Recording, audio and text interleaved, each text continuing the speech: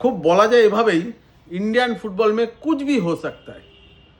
না হলে দুটো করে ম্যাচ হয়ে গেছে আইএসএলে, এই 3 নম্বর ম্যাচ খেলার দিকে চলে যাচ্ছে ক্লাবগুলো। এখন ভারতীয় ফুটবল ফেডারেশনের ডেপুটি সেক্রেটারি জেনারেল সত্যনারায়ণ আইএসএলের ক্লাবগুলিকে চিঠি পাঠিয়েছেন, চার্চিলকে আইএসএলে নেওয়ার ব্যাপারে আপনাদের মতামত কী বলুন তো। এই চিঠি যে পাঠিয়েছে এটা শোনার পর আমার মুখ থেকে আপনারা হাসছেন না কাঁদছেন? আইএসএল, ইন্ডিয়ান সুপার লিগ, ভারতীয় ফুটবলের 1 নম্বর লিগ, এএফসি অনুমোদিত লিগ, একটা পেশাদার লিগ। সেই লিগে দুটো করে ম্যাচ খেলা হয়ে গেছে, এখন চিঠি যাচ্ছে ক্লাবগুলির কাছে চার্চিলকে আইএসএলে নেওয়ার জন্য। এবং কি, কোন চার্চিলকে? যাকে পেছনের দরজা দিয়ে ঢোকানোর চেষ্টা করছে। সংবিধান অনুযায়ী যারা আই লিগে চ্যাম্পিয়ন তারাই আইএসএলে সুযোগ পাবে, নমিনেটেড হবে, প্রমোটেড হয়ে। সেই সূত্রে এবছর কে খেলছি? ইন্টার কাশি। কারণ সেখানেও গণ্ডগোল। শুরুতে ঘোষণা করেছিল চার্চিল চ্যাম্পিয়ন ফেডারেশন, পরে ইন্টার কাশি ক্যাশের কাছে আবেদন করবেন, ক্যাশের নির্দেশে জানানো যায় inter Kashi champion I league. এবং কি আশ্চর্য, চার্চিলকে যেহেতু আই লিগ যে তার ট্রফি দিয়ে দেওয়া হয়েছিল, সেই ট্রফিটা ভয়ে আর চার্চিলের বাড়ি থেকে আনতে হবে বলে ভয়ে চার্চিলের কাছে কেউ যায়নি, আরেকটা ট্রফি তৈরি করে ইন্টার কাশিকে দেওয়া হয়েছে। কিন্তু এখন সেই চার্চিলকে ঢোকানোর জন্য উঠে পড়ে লেগেছে ফেডারেশন। এবং ফেডারেশন বা কী করবে, এমন জায়গা থেকে শোনা যাচ্ছে চাপ তৈরি হয়েছে, বাপ করে সব চিঠি দিচ্ছে। এবং দেখুন না, প্রথমে কি হলো, যখন চার্চিল আবেদন করলো, আইএসএল শুরুর এই 1 সপ্তাহ আগে ফেডারেশন একটা এক্সিকিউটিভ কমিটির মিটিং ডাকলো। ফেডারেশনেও যে সবাই চায় আইএসএলে চার্চিলকে ঢোকানোর জন্য এরকম নয়, কার্যকরী কমিটিতে 1-2 পক্ষে মত দিল, বেশিরভাগ সদস্যই এটাকে উড়িয়ে দেয়, বলে সম্ভবই না। আইএসএল শুরু হচ্ছে 7 দিন পর, ফিক্সচার হয়ে গেছে তখন কিন্তু ফিক্সচার হয়ে গেছে, তারপরেই মিটিং ডাকা হয় এক্সিকিউটিভ কমিটি, এবং সবাই বলে যে না, চার্চিলকে নেওয়া হবে না, প্রস্তাবটাই বাতিল হয়ে যায়। এবং আইএসএলের 14টি ক্লাব একসঙ্গে চিঠি দিয়ে জানিয়েছিল যে যদি চার্চিল ব্রাদার্সকে নেওয়া হয় তাহলে আমরা কেউ এই মরশুমের আর আইএসএল খেলবো না। তখন ফিক্সচার হয়ে গেছে, ভেন্যু ঠিক হয়ে গেছে।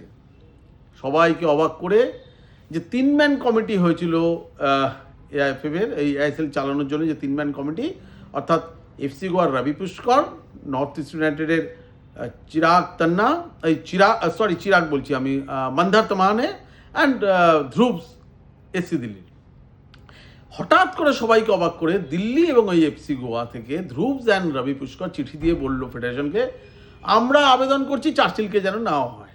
বোঝাই গেল, বাকি 12টা ক্লাব বুঝতে পারলো যে ধ্রুবস এবং রবি পুষ্কর নিজেদের মনের ইচ্ছে এই চিঠি দেননি।